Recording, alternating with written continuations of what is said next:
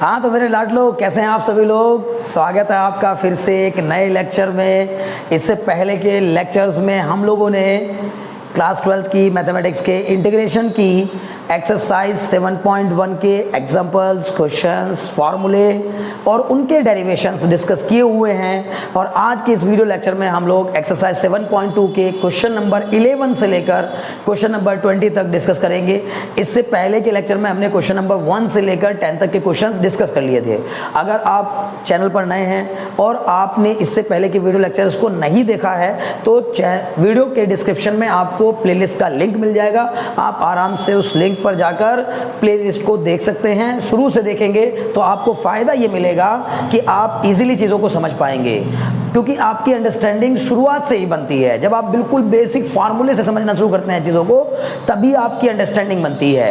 क्योंकि आप कोई भी चीज़ जब शुरू करेंगे तो जब तक ये नहीं जानेंगे कि सर इसके बारे में क्यों पढ़ रहे हैं हम लोग, आखिर क्या पढ़ाया जा रहा है, क्यों पढ़ाया जा रहा है, कैसे पढ़ाया जा रहा है, तब तक समझ में नहीं आता है। ठीक है ना। दूसरी बात यह है कि अगर आप वाकई पढ़ने का मूड बनाकर इस वीडियो लेक्चर पर आए हैं, या आपने इस लेक्चर को इसलिए ओपन किया है क्योंकि आप इंटीग्रेशन को सीखना चाहते हैं, जानना चाहते हैं, तो फिर आपको थोड़ा सा पेशेंस रखना होगा। मेरे लेक्चर में आपको उतावलापन देखने को नहीं मिलेगा। मतलब आप सोचें कि सर जो है अभी हमें क्या करेंगे, आधे घंटे में या 1 घंटे में एकदम हम लोगों को सुपर हीरो बना देंगे। ठीक है ना। तो बच्चे ये नहीं होता, ना ऐसा कभी हुआ है ना कभी होगा। कारण क्या है, क्योंकि चीज़ों को सीखने जानने का जो प्रोसेस होता है ना, वो बहुत लेंथी प्रोसेस होता है। हाँ, किसी काम को निपटाने का प्रोसेस अलग होता है और किसी काम को करने का प्रोसेस, अच्छे से करने का प्रोसेस, उस काम को उसके ढंग से करने का प्रोसेस अलग होता है। अगर आपको सिर्फ एक काम निपटाना है कि सर बाई यानी हाँ कोई एक वीडियो लेक्चर देखूं और इंटीग्रेशन कंप्लीट कर लूं, अगर ये आपको लग रहा है, अगर आप ऐसा सोच रहे हैं, तो फिर बिल्कुल बेकार है आपके लिए लेक्चर, किसी काम का नहीं है। क्योंकि मैं बहुत ईजी वे में, बहुत आराम से एक एक स्टेप आपको समझाने वाला हूं। उन बच्चों के लिए लेक्चर्स बहुत कामयाब होने वाले हैं, बहुत ज़रूरी होने वाले हैं, जिनको ये कहते हुए सुना हो आपने कि सर यहाँ पढ़ के भी देख लिया, वहाँ पढ़ के भी देख लिया, इधर से कुछ नहीं हो रहा है, उधर से कुछ नहीं हो रहा है, सर मैं एकदम परेशान हो गया हूँ, समझ नहीं आ रहा है कि इंटीग्रेशन को कैसे करूँ। और अगर इंटीग्रेशन एक बार हाथ से फिसला ना बच्चे, तो फिर सब गया। मैथमेटिक्स में अगर आपका इंटीग्रेशन एक बार हाथ से गया, ये कह लीजिए कि कैलकुलस गया अगर, तो फिर आप मैथ्स में ये समझ लीजिए कुछ नहीं कर पाएंगे, कोई खास ज़्यादा फायदा होने वाला है नहीं। ठीक है ना। 50-60 पे सिमट के रह जाएगी कहानी। और अगर आपने कैलकुलस पे पकड़ बना ली, तो फिर मैं गारंटी दे सकता हूँ आपको कि आप 90 के ऊपर तो चले जाएंगे, क्योंकि कैलकुलस अपने आप में अच्छा खासा वेटेज रखती है और अच्छा खासा पार्ट मैथमेटिक्स का कैलकुलस से ही डिसाइड हो रहा है। ठीक है। तो मुझे पूरी उम्मीद है कि आपको मेरी बातें कुछ समझ में आ रही होंगी। और अगर आप चैनल पर नए हैं तो चैनल को सब्सक्राइब कर दीजिए। और चलिए फिर हम शुरू करते हैं अपने क्वेश्चंस। तो आज हम लोग करेंगे एक्सरसाइज 7.2 के क्वेश्चन नंबर 11 से लेकर क्वेश्चन नंबर 20 तक के क्वेश्चंस। ओके। और वो भी बिल्कुल एक एक स्टेप और पूरे जोश के साथ। तो एक बार जल्दी से पूरा जोश दिखाते हुए एक बार जोश लिख दीजिए। ठीक है ना। कमेंट बॉक्स में एक बार लिख दिए, हाउ इज द जोश, हाउ इज द जोश, हाउ इज द जोश।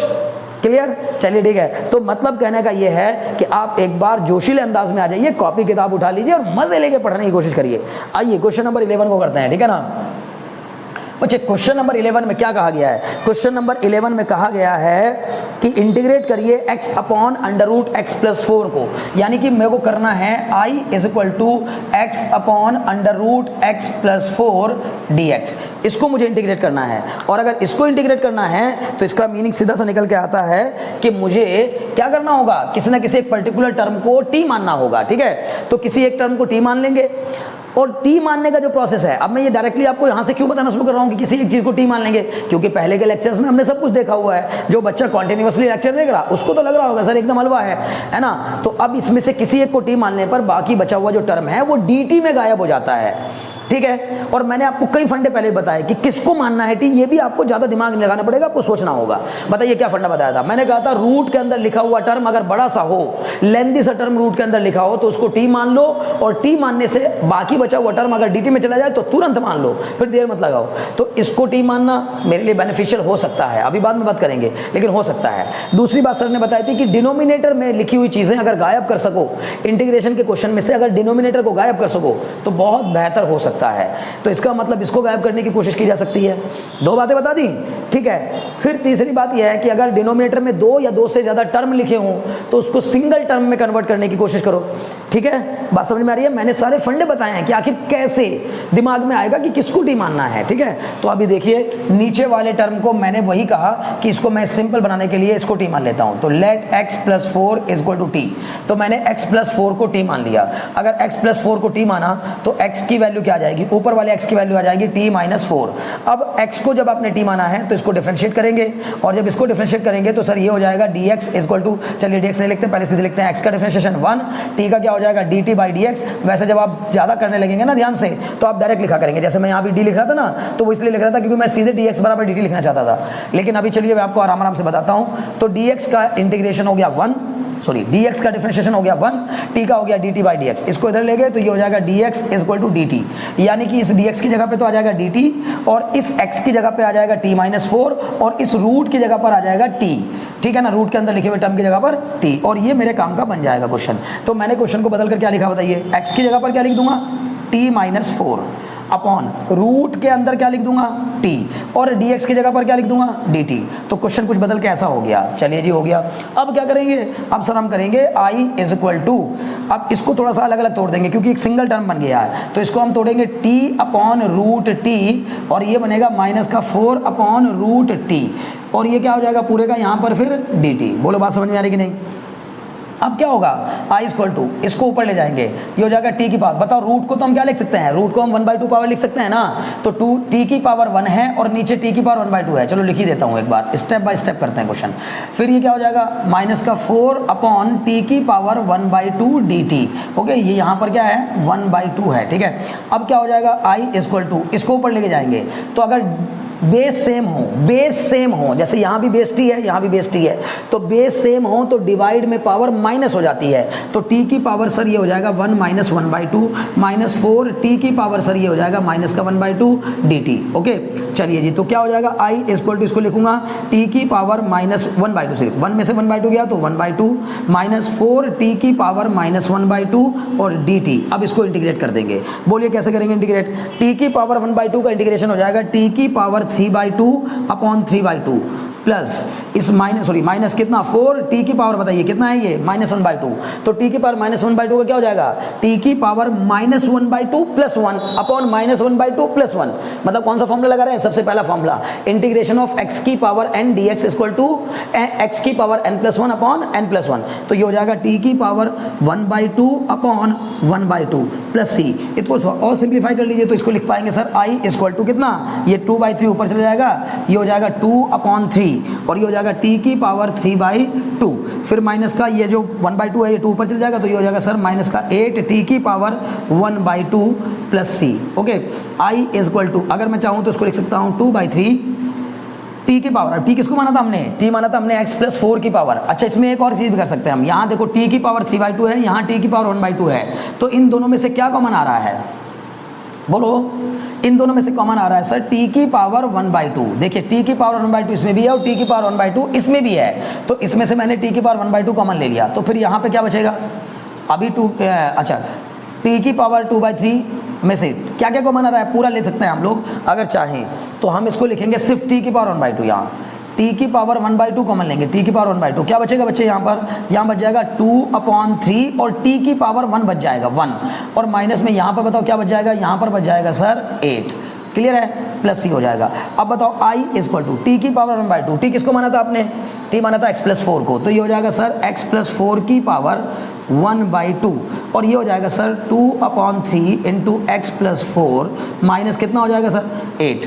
बोलो बात समझ में आ रही कि नहीं। इसको बस मैं ज़्यादा से ज़्यादा इतना ही लिख सकता हूँ कि ये हो जाएगा i = x + 4 का रूट, क्योंकि देखिए 1/2 पावर को हम फिर से क्या लिख सकते हैं, रूट में लिख सकते हैं, तो ये आ जाएगा रूट x + 4, और ये बन जाएगा क्या, इसको थोड़ा सिंप्लीफाई करिएगा ठीक है ना, तो ये आ जाएगा आपका 2/3 x + 4 को जब मैं डिवाइड करूंगा बस इतना ही रहने दीजिए इसको, यहीं 2/3 × x + 4 - 8। चाहो तो आप ज़्यादा से ज़्यादा क्या कर सकते हो, थोड़ा सा और सिंप्लीफाई कर सकते हो। क्वेश्चन की तरफ बढ़ते हैं। अगले क्वेश्चन में हमसे कहा गया है एग्जाम क्वेश्चन नंबर 12 में, क्वेश्चन नंबर 12 में हमें कहा है कि किसको इंटीग्रेट करना है। चलिए एक मिनट देख लेते हैं जरा क्वेश्चन नंबर 12। क्वेश्चन नंबर 12 में दिया गया है x³ - 1 x cube minus one, यानी बच्चे दिए गया है I is equal to x cube minus one की power x cube minus one की पावर 1/3 इंटू एक्स की पावर 5 dx। चलिए तो इसको सिंप्लीफाई करते हैं और जरा से एक बार इसको मिटा देता हूँ। अगर आप इसको नोट डाउन करना चाहते हैं तो वीडियो को पॉज करके आराम से नोट डाउन कर सकते हैं। तो चलिए देखिए इस क्वेश्चन में हम क्या करेंगे, इसमें फिर वही कहानी कि हम लोगों को करना है किसको टी माने, ताकि वो बाकी बचा हुआ जो टर्म है वो डी टी में चला जाए। तो जरा देख के बताओ क्या करना चाहिए। तो मैंने पहले दिमाग लगाया थोड़ा सा कि सर अगर मैं इसको तोड़ लूँ दो हिस्सों में, आई इक्वल टू देखिए ये बन जाएगा एक्स क्यूब माइनस वन की पावर 1/3 और ये जो x की पावर 5 है ना सर, मैं इसको लिख लूँगा x की power 3 into x square dx। बोलो इतने में कोई समस्या तो नहीं आ रही है।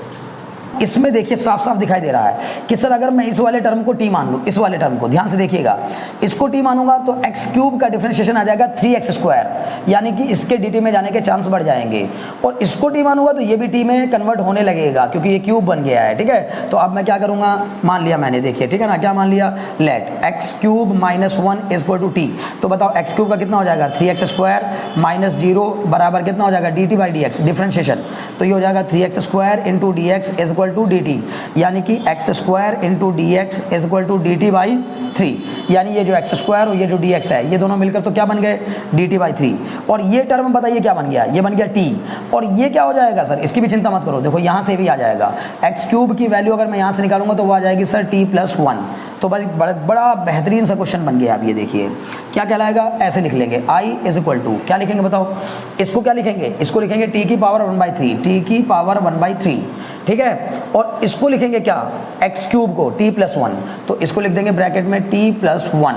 और फिर ये जो एक्स स्क्वायर डी एक्स है इसको क्या लिखेंगे सर dt/3, ठीक है ना। तो देखिए एक एक स्टेप मैं आपको बता रहा हूँ, मतलब किसको कैसे t माना, किसको बाहर निकाला, किसको क्या किया, सब कुछ समझ में आ जाएगा। अब t की पावर 1/3 का t में मल्टीप्लाई कराएंगे तो ये बन जाएगा t की पावर 4/3, फिर प्लस इस t की पावर 1/3 का 1 में मल्टीप्लाई कराएंगे तो ये बन जाएगा t की पावर 1/3 और फिर ये हो जाएगा यहाँ पर आपका dt। ओके, अब बताइए जरा क्या आएगा, i इक्वल टू ये आ जाएगा 1/3 बाहर, बताओ t की पावर 4/3 का क्या हो जाएगा, ये हो जाएगा सर t की पावर 4/3 + 1 अपॉन 4/3 + 1, फिर प्लस में ये आ जाएगा t की पावर 1/3 का क्या हो जाएगा बताओ, 1/3 + 1 अपॉन में 1/3 + 1, 1/3 + 1 और फिर ये प्लस में क्या आ जाएगा c। तो i इक्वल टू बोलो क्या हो जाएगा, ये हो जाएगा सर 1/3 बाहर है ब्रैकेट के, ये वाला 1/3 वो बाहर आया था, ठीक है। अब बताओ 4/3 + 1 कितना होता है, t की पावर 7/3, t की पावर 7/3 अपॉन ये भी हो जाएगा 7/3, फिर प्लस ये हो जाएगा t की पावर 1/3 + 1 हो जाएगा 4/3 अपॉन 4/3, फिर प्लस में कितना आ जाएगा c। अब ये हो जाएगा i इक्वल टू 1/3 और बताइए क्या बनेगा, ये बनेगा 3/7 t की पावर 7/3 और फिर प्लस ये बन जाएगा 3/4 ऊपर जाकर के 3/4 t की पावर 4/3, फिर प्लस का कितना c। अब इस पूरे में से 3 कॉमन आ रहा है तो 3 कॉमन निकाल करके 3/3 ये गायब कर दीजिए, क्या बचेगा 1/7 t की पावर 7/3, फिर प्लस 1/4 t की पावर 4/3, ठीक है, प्लस c। ओके, अब ये आ गया आपका i। अब यहाँ से अल्टीमेटली क्या बन के आएगा आप खुद बताओ, i इक्वल टू 3 से 3 गायब, आंसर आएगा 1/7। अब t हमने किसको माना था बताइए, t हमने माना था x क्यूब माइनस 1 को, तो हम इसको लिखेंगे x क्यूब माइनस 1 की पावर 7/3, फिर प्लस का 1/4, इसको हमने t किसको माना था, t माना था x क्यूब माइनस 1 को, तो इसकी जगह पर रख देंगे क्या, x क्यूब माइनस 1 की पावर 4/3 प्लस c।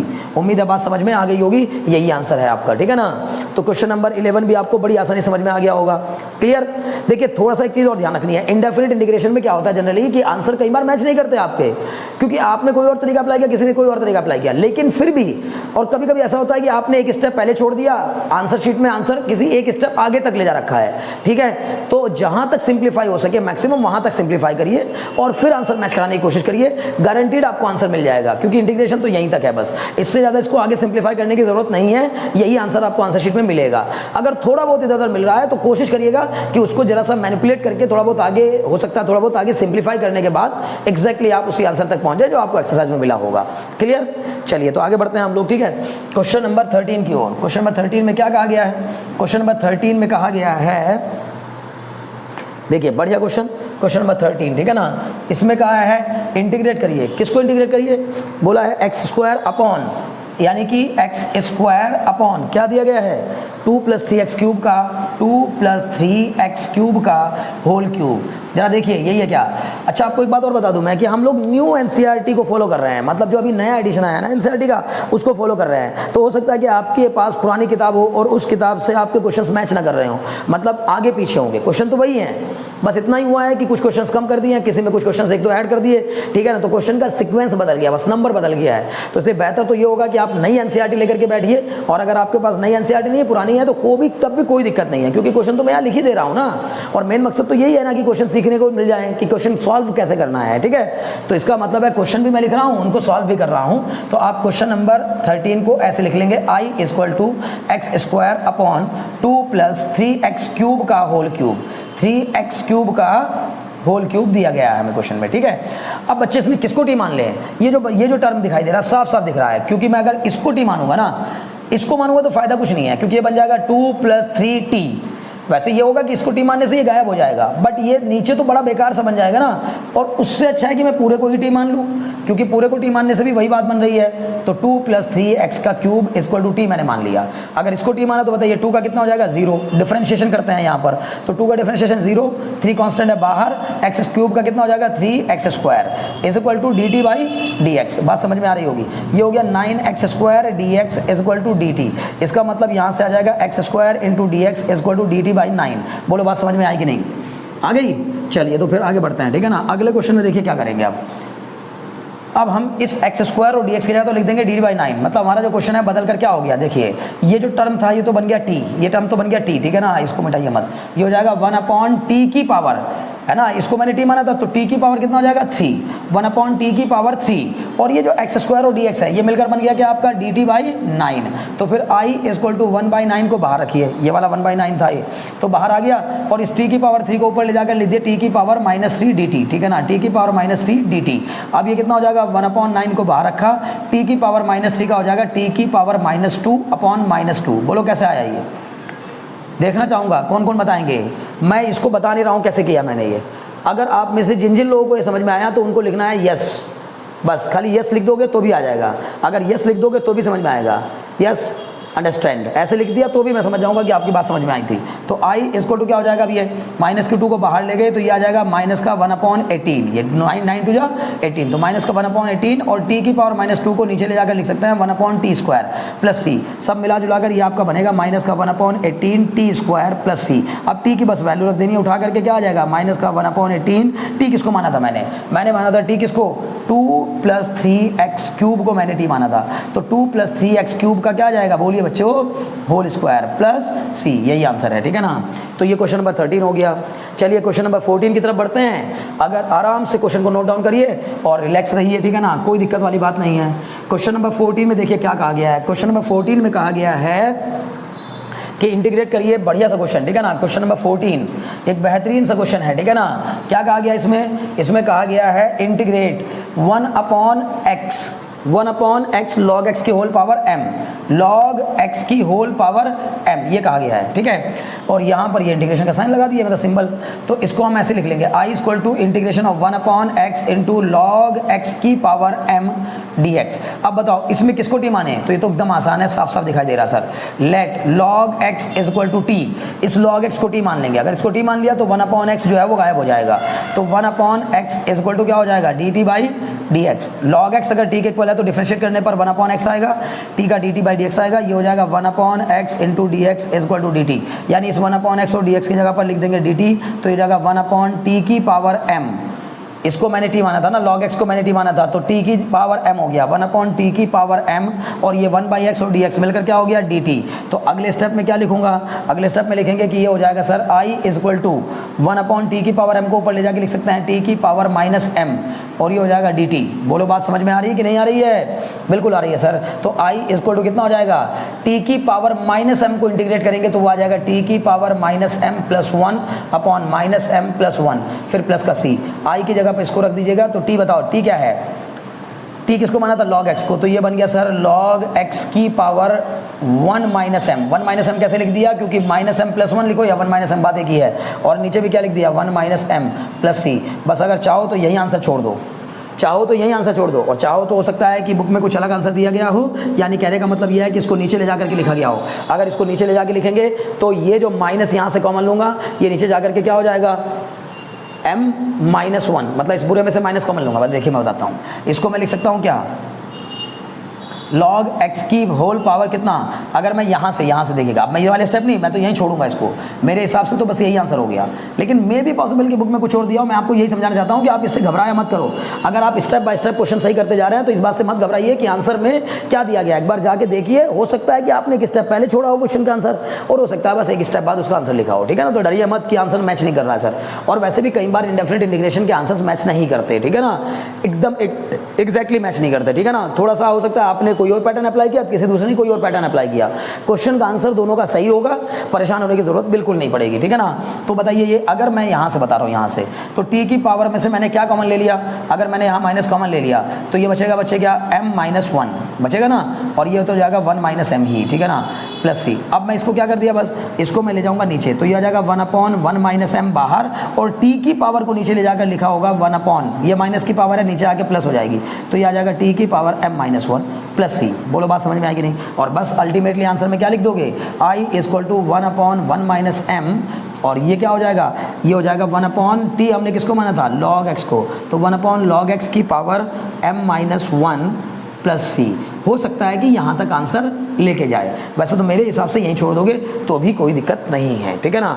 क्लियर, पूरे मार्क्स मिलेंगे, घबराने की जरूरत नहीं है बिल्कुल भी, ठीक है। अब चलो जी आ जाओ क्वेश्चन नंबर 15 की ओर। क्वेश्चन नंबर 15 में क्या कहा गया है, चलिए क्वेश्चन नंबर 15 को देखते हैं, और बड़े मजे के साथ, बड़े जोश के साथ। अरे जोश तो बना हुआ है ना भाई, मैंने कहा था कि आप बेफिक्र होकर के क्वेश्चन को देखिए जाइएगा, आप एकदम एक एक चीज़ समझ में आती चल जाएगी। Step by step question solve हो रहे हैं, तो फिर कहीं लिए टेंशन लेना, ठीक है ना। तो क्वेश्चन नंबर 15 की तरफ बढ़ते हैं। क्वेश्चन नंबर 15 में क्या कहा गया है, चलिए यहाँ शुरू करते हैं। क्वेश्चन नंबर 15 क्या दिया गया है, x/9 - 4x², यानी i = x/9 - 4x² dx। Okay बच्चा लोग, अब जरा ध्यान से देखो क्या समझ में आ रहा है। किसको टी मानेंगे यार, बहुत हो गया टी, किसको टी मानेंगे, किसको टी मानेंगे, एकदम आसान हो गया। दिमाग तो लगाओ यार, इसका तो इस्तेमाल करना ही पड़ेगा। इसका इस्तेमाल नहीं करोगे तो फिर मज़ा कैसे आएगा पढ़ने में। अब पढ़ाई के तरीके से होती है बच्चे, दूसरा कोई बता रहा है आप बस सुनते जा रहे हो, उससे कोई मज़ा नहीं है। मज़ेदारी इसमें है कि आप वीडियो को पॉज करिए, एक बार थिंक करिए, अगर समझ में आ जाए तो खुद से सॉल्व करिए, और समझ में आ गया, सॉल्व भी हो गया तो थोड़ा सा आगे बढ़ा के वीडियो को अगला क्वेश्चन देखिए। अदरवाइज नहीं समझ में आया तो फिर उसका सॉल्यूशन देखिए कि सर कैसे करा रहे हैं और कैसे सोच रहे हैं। ये भी देखना जरूरी है कि यार आखिर जो टीचर क्वेश्चन को सॉल्व कर रहा है वो किस ढंग से सॉल्व कर रहा है। जब भी क्लास में आप कहीं भी पढ़िए, किसी भी जगह पढ़िए, लेकिन अगर आपको पढ़ना है ना वाकई में, अगर आप चाहते हो कि सीख जाएं, आने वाले ज़माने में किसी को सिखा भी सकें, अगर इस लेवल की पढ़ाई करना चाहते हैं तो फिर आपको ना जो व्यक्ति आपको चीज़ें समझा रहा है, सिखा रहा है, उसको देखना होगा कि आखिर वो कैसे सोच रहा है। उसके माइंड को पढ़ना होगा, उसके माइंड को रीड करना होगा कि इस क्वेश्चन को सॉल्व करते समय यार मुझसे सॉल्व नहीं हुआ था और किसी दूसरे व्यक्ति ने सॉल्व कर लिया, क्या वजह हो सकती है। सिर्फ एक ही वजह है कि आपके सोचने का तरीका अलग है, उसके सोचने का तरीका अलग है, उसके सोचने का ढंग अलग है, आपके सोचने का ढंग अलग है। वो अलग नज़रिए से देख रहा है क्वेश्चन को, आप अलग नज़रिए से देख रहे हैं। आप खाली क्वेश्चन को सॉल्व करने के पैटर्न को देख रहे हैं, कैसे सॉल्व करते हैं, बस कैसे सॉल्व हो जाए। वो क्वेश्चन को मजे ले रहा है, एंजॉय कर रहा है, ठीक है ना।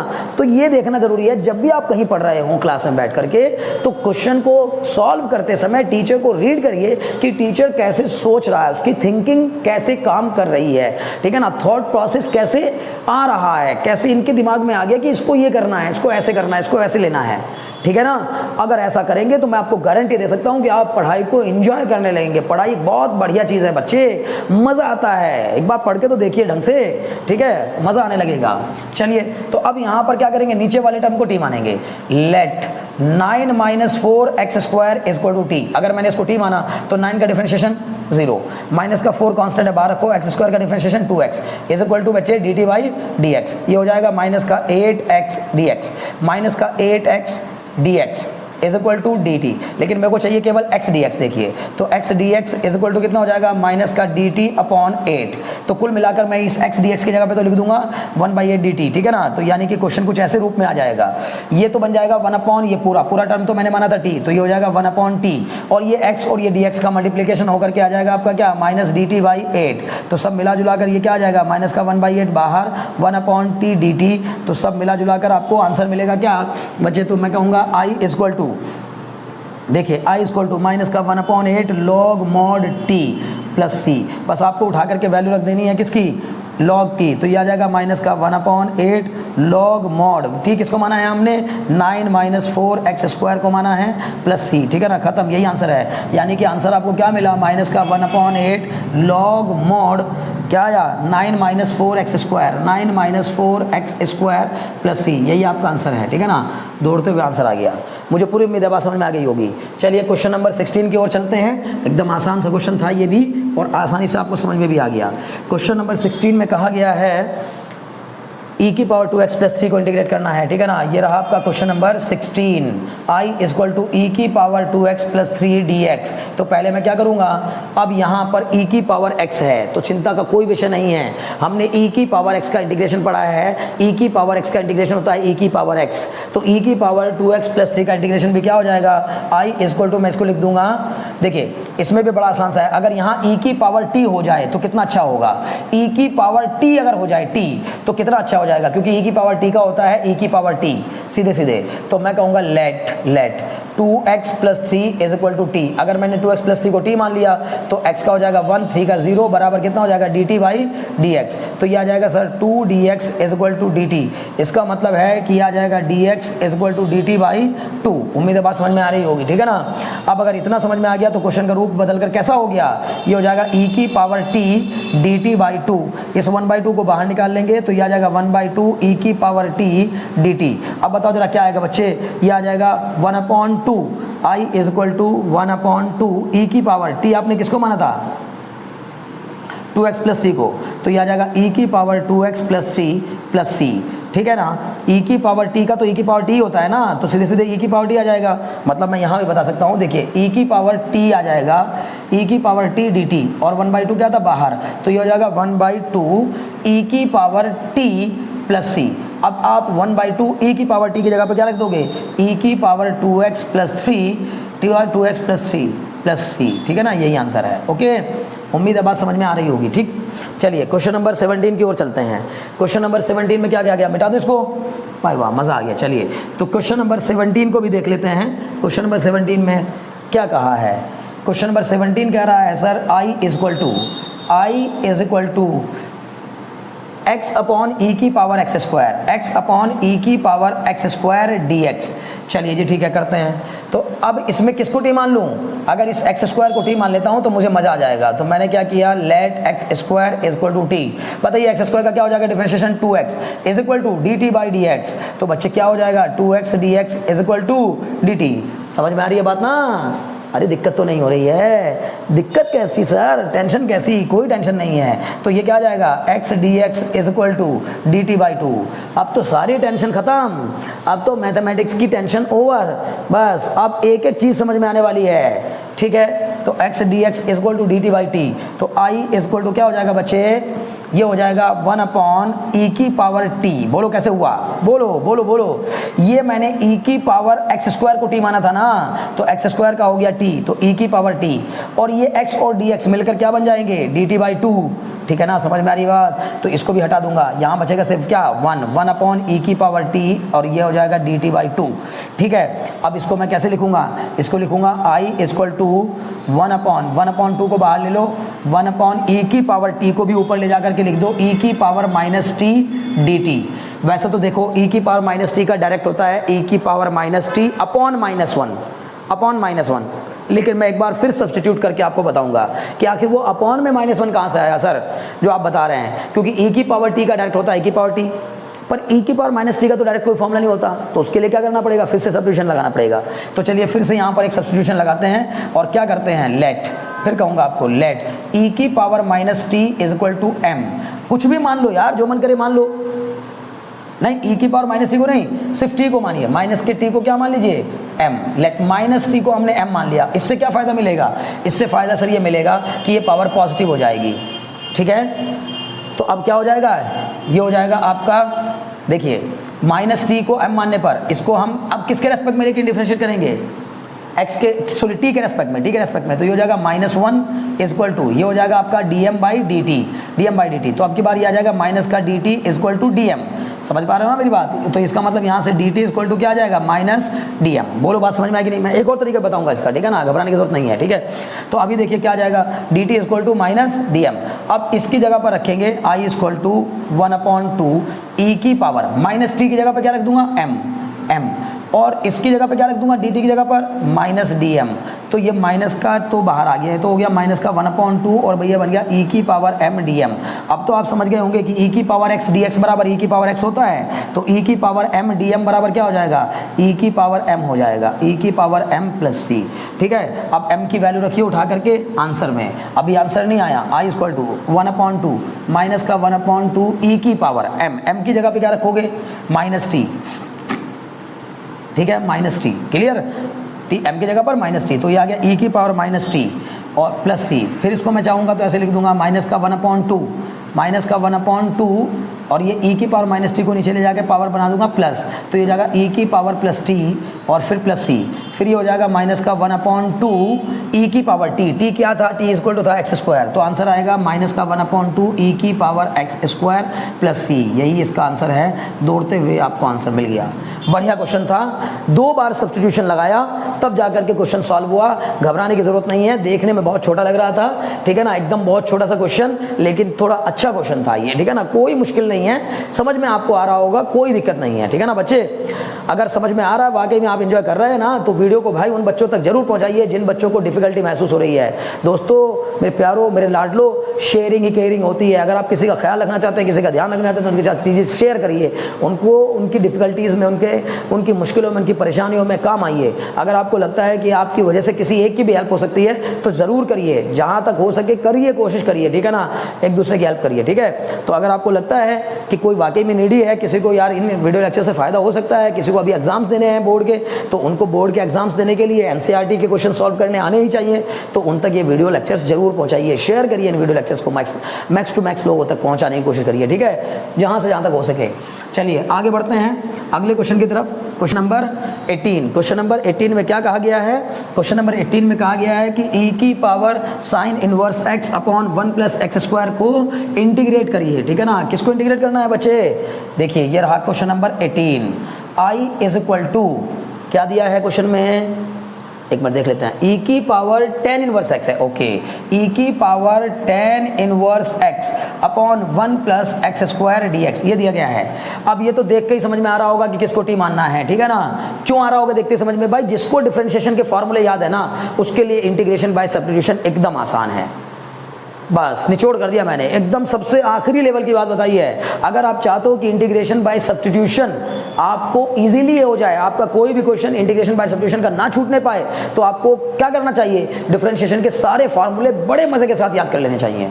एक एक फॉर्मूला आपको याद होगा तो तुरंत समझ में आ जाएगा। देखिए क्यों कह रहा हूं ऐसा, कि बच्चे देखते ही समझ में आ गया कि अगर मैं tan इनवर्स x को t मान लूं तो tan इनवर्स x का डिफरेंशिएशन होता है 1 अपॉन 1 प्लस एक्स स्क्वायर, तो ये जो है ना ये dt में भाग जाएगा।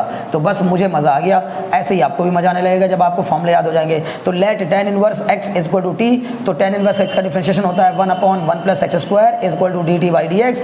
इसका मतलब ये हो जाएगा 1 अपॉन 1 plus x square dx is equal to dt, यानी कि ये जो बचा हुआ टर्म है, ये जो टर्म है इतना बड़ा, ये जो ऐसा टर्म है, आपको ये लोग ही नहीं बनानी है वहाँ पेपर में, ये तो बस मैंने आपको दिखाया। इसको मैं क्या लिख दूंगा, e की पावर t, इसको तो लिख दूंगा e की पावर t, और इसको क्या लिख दूंगा, इसको लिख दूंगा सिर्फ dt। अब बताओ e की पावर t का क्या होता है, e की पावर t प्लस c, यही आंसर आ जाएगा। अब लेकिन e की पावर t की जगह पे क्या रख दो, e की power tan inverse x plus c, ठीक है ना, बस ये आंसर आ गया। t की जगह पे बस खाली क्या करना है, tan इनवर्स x देना उठा के, जो हमने माना था, ठीक है ना। तो e की power tan inverse x plus c, उम्मीद है बात समझ में आ गई होगी, ठीक है ना। तो चलिए अगले क्वेश्चन की तरफ बढ़ते हैं। ठीक, अगले क्वेश्चन में क्या कहा गया है, देखिए कितनी आसानी से क्वेश्चन सॉल्व हो गया मजे के साथ, क्योंकि डिफरेंशिएशन का फॉर्मूला बस आना चाहिए। अब देखिए जरा क्वेश्चन थोड़े अच्छे से है। Question number 19, i is equal to क्या दिया गया है, क्वेश्चन नंबर 19 में कहा गया है i is equal to e की पावर 2x माइनस 1 अपॉन e की पावर 2x प्लस 1 dx, ठीक है, ऐसा ही कुछ है ना। हाँ जी, बहुत बहुत बढ़िया, ठीक है, यही कुछ है। तो बच्चे ये क्वेश्चन ना डायरेक्ट तो नहीं होने वाला है, इसके लिए हमें क्या करना होगा, इसके लिए हमें कुछ मैनिपुलेशन करना होगा, थोड़ा सा दिमाग लगाना पड़ेगा। और वो थोड़ा सा दिमाग क्या लगाएंगे, वो थोड़ा सा दिमाग कुछ इस तरह का लगाएंगे कि हम इसको पहले अपने काम का बनाएंगे। अभी इसमें खाली सिंप्लीफिकेशन करेंगे, और सिंप्लीफिकेशन मैंने क्या किया, यहां से जबरदस्ती e की पावर x कॉमन ले लिया, अब आप कहेंगे सर ये ज़बरदस्ती कॉमन कैसे लिया जाता है? अरे ले लेते हैं बच्चे, कोई बड़ी बात नहीं है। कैसे लेते हैं? अगर कोई चीज़ कॉमन नहीं है, जैसे मान लीजिए मैंने आपसे कहा x माइनस वाई में से x को ज़बरदस्ती कॉमन लो, तो ज़बरदस्ती कॉमन लेने का मतलब यहाँ से तो x कॉमन आ गया तो यहाँ बच गया 1, लेकिन जहाँ कॉमन था नहीं और वहाँ से आपने ज़बरदस्ती कॉमन लिया, तो अगर मल्टीप्लाई का टर्म कॉमन लिया है तो डिवाइड में आ जाएगा, अगर डिवाइड का टर्म कॉमन लिया है तो उसकी चीज़ वही चीज़ उसके मल्टीप्लाई में आ जाएगी।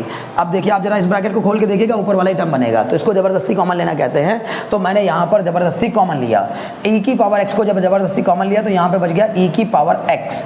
क्यों? क्योंकि देखो मल्टीप्लाई करके देखना, e की पावर x इंटू e की पावर x मिलकर हो जाएगा e की पावर 2x, और फिर लेकिन जिसमें था नहीं तो उसके अपॉन में आ गया, तो ये बन गया e की पावर x। जैसे वहाँ पे y के अपॉन में x आ गया था, वैसे यहाँ 1 के अपॉन में क्या आ गया, जो मैंने ज़बरदस्ती कॉमन लिया वो आ गया। और फिर मैंने नीचे से भी ऐसे ही करके e की पावर x कॉमन लिया, तो ये आ गया बच्चे e की पावर x। इस e की पावर 2x में से e की पावर x कॉमन आया, तो ये बचा +1 अपॉन e की पावर x dx। इस e की पावर x से ये e की पावर x कैंसिल हो गया। अब ये जो मेरे पास बचा ना, ये थोड़ा सा सिंप्लीफाई होकर के ऐसे लिखा जा सकता है, e की पावर x माइनस e की power minus x upon e की पावर x प्लस e की पावर माइनस x dx। बोलो बात समझ में आ रही कि नहीं? अगर ऐसा हो गया तो इस टर्म को आप क्या मान लेंगे? t मान लेंगे। देखिए लेट e की पावर x प्लस e की power minus x is equal to t। अब बताओ e की पावर x का डिफरेंशिएशन क्या होता है? e की पावर x ही होता है सर। और e की पावर माइनस x का डिफरेंशिएशन क्या होता है? तो e की पावर माइनस x का सर माइनस x होता है, लेकिन x का फिर से करेंगे तो -1 आ जाएगा, इज इक्वल टू में सर dt बाई dx आ जाएगा। तो जी अब क्या करना है? अब जरा इसको और सिंप्लीफाई करो थोड़ा सा आगे, देखो ये बन जाएगा e की पावर x, और ये -1 इस प्लस के साथ मल्टीप्लाई होगा तो क्या बन जाएगा बच्चे?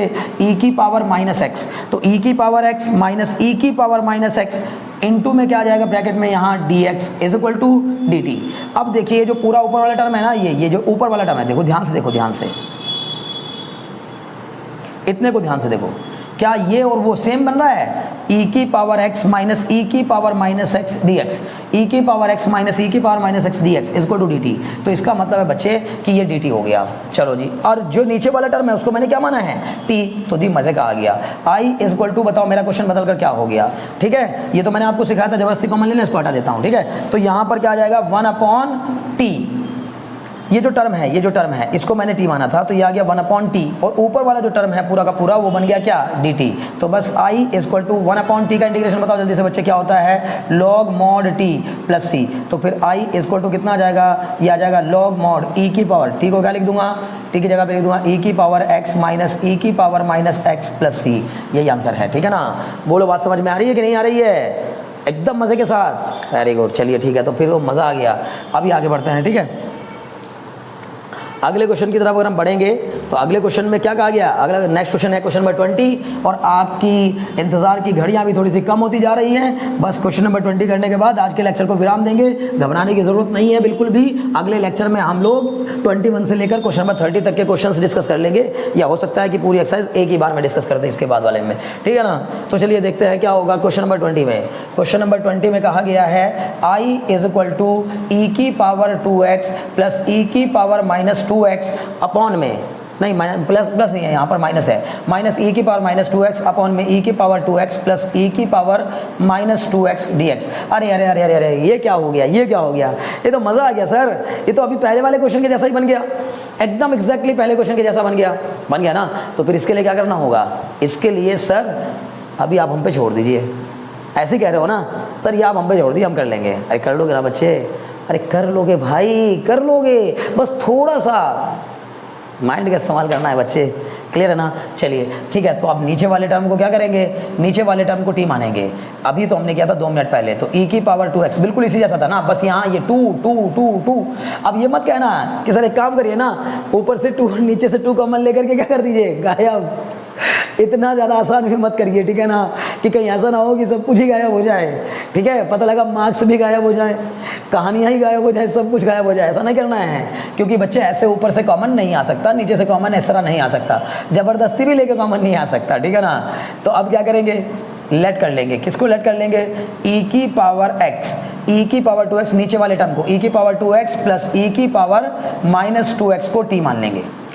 चलिए जी मान लिया। अब मान लेंगे तो बताओ इसका क्या होगा डिफरेंशिएशन? तो e की पावर 2x का डिफरेंशिएशन हो जाएगा e की power 2x into 2, chain rule लगाकर, और फिर प्लस में e की पावर माइनस 2x का हो जाएगा e की power minus 2x into minus 2, chain rule लगाकर is equal to d t by d x, differentiation का चेन रूल लगाया और डिफरेंशिएट कर दिया। अब इसमें से कॉमन आ रहा है 2, अगर हम चाहें तो इस पूरे में से कॉमन ले लेंगे 2, तो ये क्या बच जाएगा यहाँ e की पावर 2x और यहाँ बचेगा plus into minus minus e की पावर माइनस 2x और ये हो जाएगा क्या इंटू इज इक्वल टू में D t by d x. अब बच्चे ज़रा ध्यान लगा के देखो, ये हो गया 2e की पावर 2x माइनस e की पावर माइनस 2x इंटू में d x is equal to d t. अब जरा इतना देख कर बताओ क्या यही टर्म ऊपर लिखा दिख रहा है आपको? ये देखिए ये जो टर्म है ना, यही टर्म आपको ऊपर दिखाई दे रहा होगा, यहाँ देखो दिख रहा है कि नहीं? बिल्कुल सेम टर्म, लेकिन बस ये 2 नीचे चला जाए तो चलो ले जाते हैं उसको, क्या दिक्कत है। e की पावर माइनस 2x इंटू में कितना, इंटू में dx इज इक्वल टू कितना, dt बाई 2। तो जी बच्चे लोग अब बताओ क्या हो जाएगा? अरे मेरे लाडलो बताओ ना, मेरे लाडलो मेरे प्यारो, मुझे पूरी उम्मीद है कि आप मज़े ले रहे होंगे, सो नहीं रहे होंगे, ठीक है ना? नींद नहीं लेनी है, अरे मज़े लेने हैं भाई, एंजॉय करना है, ठीक है? ओके, तो अब बताओ क्या होगा? ये इसका सब मिला जुला के ऊपर वाला टर्म तो ये बन जाएगा 1/t। इसको मैंने क्या माना है? t। इस पूरे को मैंने t माना है और ये जो ऊपर वाला टर्म है ये क्या बन गया? ये बन गया dt बाई 2। तो 1/t और ब्रैकेट में यहाँ जाएगा सॉरी dt बाई 2, तो ये हो जाएगा 1/2 बाहर 1/t dt। अब बच्चे ये हो जाएगा 1/2 बाहर 1/t का क्या हो जाएगा? log mod t और प्लस का c, तो ये हो जाएगा i equal to 1/2 log mod। अब बताओ t की जगह पे क्या रख दूँ? जिसको आपने t माना है, हमने t किसको माना है? e की पावर 2x प्लस e की power minus 2x plus c, जिसको मैंने t माना था बस उसको उठा के रख देना है। यही आपका दौड़ते हुए i इक्वल टू यानी कि integral is equal to 1/2 log mod e की पावर 2x प्लस e की पावर माइनस 2x। मुझे पूरी उम्मीद है कि आपने इस क्वेश्चन को बड़े आराम से समझ लिया होगा, सीख लिया होगा और इससे पहले के सारे क्वेश्चन भी आपने ईजिली समझ लिए होंगे। बस एक बार आपसे फिर से कहना है, आपसे फिर से रिक्वेस्ट है बच्चे कि आप जब भी क्वेश्चन करने बैठिए, जब भी मैथमेटिक्स लगाने बैठिए तो पेन कॉपी और किताब लेकर के बैठिए, ठीक है? और मैं आपको बार बार कह रहा हूं, उन लोगों के या उस तरह की चीज़ों के जाल में फंसने की ज़रूरत नहीं है, उस भ्रम में आने की ज़रूरत नहीं है जहां आपको ये बताया जा रहा हो कि देखिए कुछ भी नहीं है, ये बस लॉलीपॉप है, उठाइए और खा लीजिए, या ये हलवा है और बस उठाइए खा लीजिए। इंटीग्रेशन आप घंटे 2 घंटे में ऐसे उठाइए और पी जाइए गटागट करके, ठीक है ना? अगर आप इंटीग्रेशन को ऐसे पी रहे हैं तो जैसे पी रहे हैं वैसे ही चला भी जाएगा वो, ठीक है ना? वो दिमाग में यहाँ चिपकने वाला नहीं है, घुसने वाला नहीं है। जैसे अगर आप पैशंस रख करके आपने इस वीडियो लेक्चर को पूरा देखा, पूरा एंजॉय किया, तो मैं गारंटी दे रहा हूँ कि आप धीरे धीरे चीज़ों को ऐसे सीखेंगे कि अगले साल या अगली बार किसी ना किसी को सिखा रहे होंगे बड़े आराम से, ठीक है ना? तो बच्चे अगर आपने इस वीडियो को आराम से इन लेक्चर को आपने बहुत एंजॉय किया, आपने क्वेश्चन को सीखा, समझा और आपने अभी तक चैनल को सब्सक्राइब नहीं किया है, अगर चैनल को सब्सक्राइब नहीं किया तो फ़ौरन चैनल को सब्सक्राइब कर दीजिए। अपने उन नीडी दोस्तों में इन वीडियोस को शेयर करिए, जो नीडी फ्रेंड्स आपके बड़े परेशान रहते हैं कि मेरे को इंटीग्रेशन समझ में नहीं आ रहा है या मुझे मैथमेटिक्स बहुत डर लग रहा है। आपको मैथ से अब डरने की ज़रूरत नहीं है। आज के लिए इतना ही, मिलते हैं फिर से नेक्स्ट लेक्चर में क्वेश्चन नंबर 21 से लेकर आगे के फर्दर क्वेश्चंस के साथ। तब तक के लिए मज़े करते रहिए, एंजॉय करते रहिए, पढ़ाई करते रहिए, आगे बढ़ते रहिए और वीडियोस को शेयर करते रहिए। Very very thanks for watching.